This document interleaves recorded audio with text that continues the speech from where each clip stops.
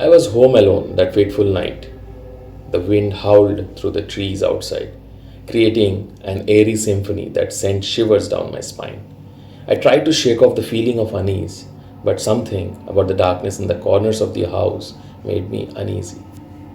It was a typical Friday evening, and my wife had gone away for a weekend conference, leaving me alone in our old creaky house. I had always found comfort in its familiar creaks and groans, but tonight was different. The atmosphere was thick with an unexplainable dread. I decided to distract myself by watching TV. As I settled on the couch, the dim glow of the screen was my only source of light. The familiar voices of news anchors provided a semblance of company, but their words seemed distant, drowned out by the relentless wind outside.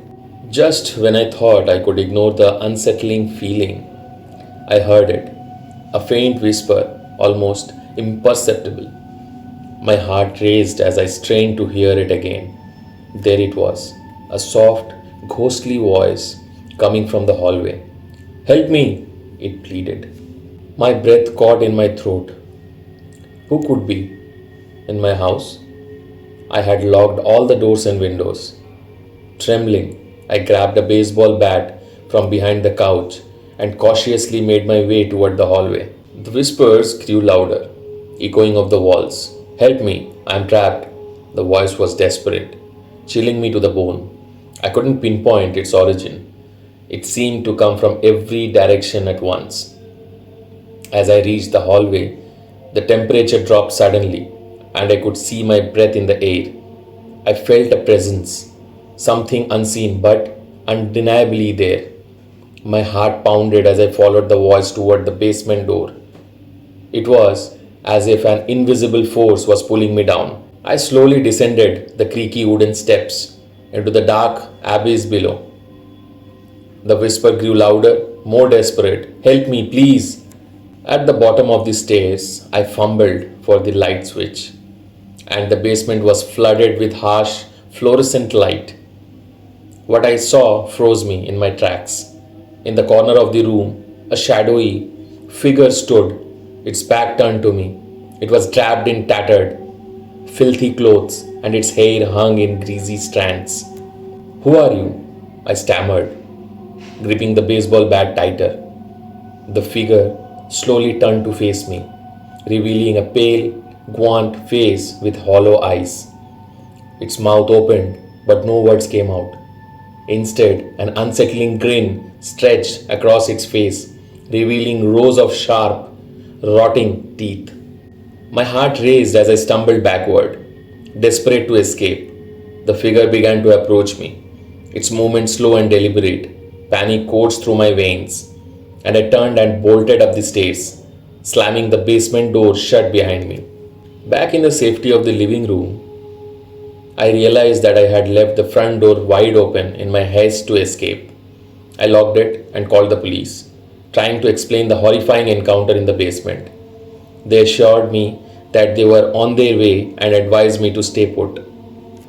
As I waited, the house seemed to come alive with sinister sounds. The whispers continued, and I could hear faint, eerie laughter in the distance. Every creak of the old house was magnified, each shadow a potential threat. I felt like a trapped animal, my senses heightened and my fear consuming me. Minutes felt like hours. Until the police finally arrived, they searched every inch of the house but found no trace of the mysterious figure. They told me it was probably a homeless person who had found their way in. But I knew what I had seen was no ordinary intruder. The police left, and I was once again alone in the house. I tried to shake off the fear and convince myself that it had all been a bizarre hallucination. But the whispers persisted, haunting me throughout the night.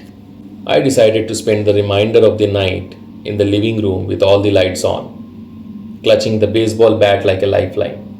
Sleep eluded me, and I couldn't shake the feeling that something malevolent lingered in the shadows. As dawn broke, the whispers finally ceased, and the house fell silent once more. Exhausted and shaken, I ventured into the basement one last time, half expecting to find the figure waiting for me. But the basement was empty, and the dread that had gripped me began to lift. In the days that followed, I had the locks changed, installed security cameras, and did everything I could to ensure my safety. I never saw or heard from the shadowy figure again, but the memory of that night would haunt me for the rest of my days. I learned that sometimes the scariest things are the ones we can't explain, the ones that lurk in the darkness just out of sight but never truly gone. And though I was home alone that night, I was never truly alone again, haunted by the whispers that echoed in the corners of my mind. Thank you for listening.